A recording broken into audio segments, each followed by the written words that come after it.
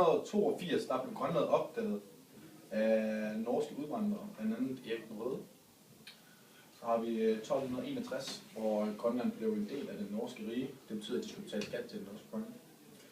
I 1380 der blev den danske kong Olav, han overtog Norge og Grønland. Han overtog Grønland, da Grønland tilhørte Norge. I år 1400 der mister Danmark forbindelsen til Grønland. Og i år 1721 der kommer den norske præst Hans Egedal, at han gjorde, at Danmark og Grønland blev forenet. I 1849 til 1857 Grønland fik ikke stemmeret, selvom Danmark gjorde det på rigsdagen. I 1857 der fik Grønland lov for forsamlinger for at holde styr på landet, så de ligesom fik en indflydelse på politikken der. I 1901 der var der systemskifte i Danmark, og det gjorde, at Grønland fik mere magt. I 1908 til 1912 der kom Grønlandsloven og dens revision, og den samlede alt overordnet ledelse i en enkelt direktørs hånd, og det skabte ro i de grønlandske forhold i Danmark. I 1940, ved Danmarks besættelse, blev forbindelsen til Grønland igen afbrudt.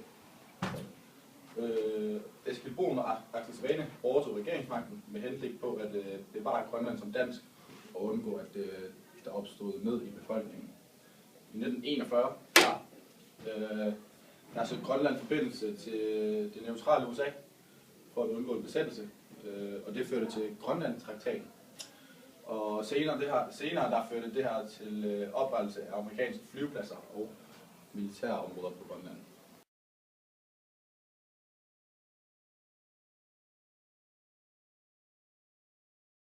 Og i 1945 der bliver Danmark så befriet, og det gør, at Grønland de sætter en delegation til Danmark for at drøfte de politiske kompetencer, således Grønland kan få et centralt styre. Og i 1948 der kommer der så tilslutning fra dansk og grønlandsk side til at ophæve monopol og isolation, samt det danske private initiativ under statskontrol i Grønland. Og i 1953 der bliver Grønland en integreret del af Danmark, og det gør, at de får to pladser i Folketinget. I 1964 der kommer Grønlandsudvalget så, og det danner grundlaget for den 10-årsplan, som er. I 1972 der følger Grønland Danmark ind i EF, som nu hedder EU, og det gør de selvom der var 70% af grønlænderne, som stemte imod.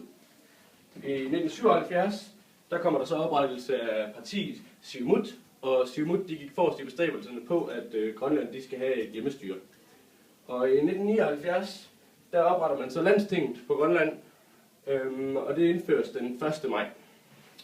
Og i 2009, den 21. juni, der træder selvstyret så i kraft, og det er også det, grønlænderne kalder deres nationaldag.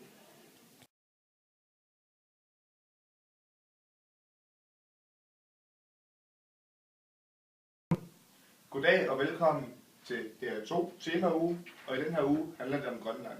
Mit navn er David Pedersen.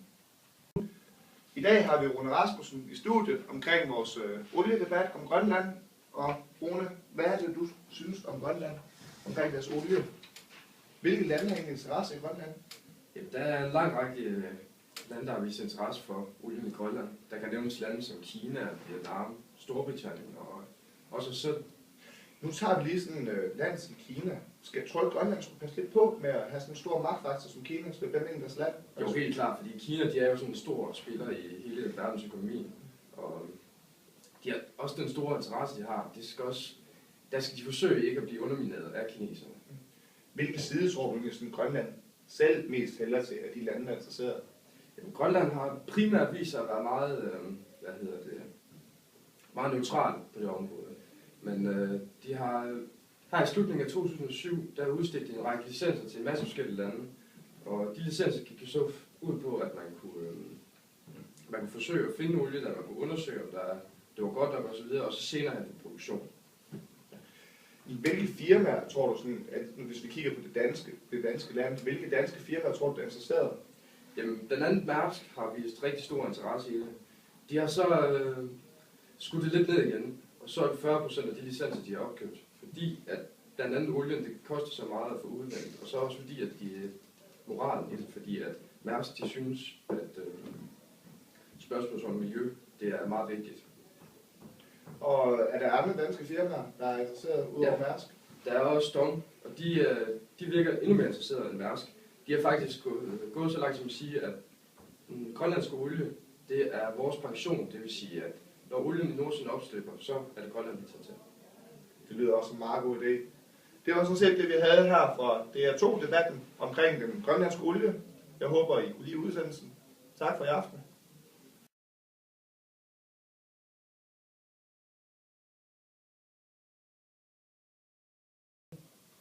Ja, i dag har vi Grønlands ekspert, Rune Rødhul, i studiet.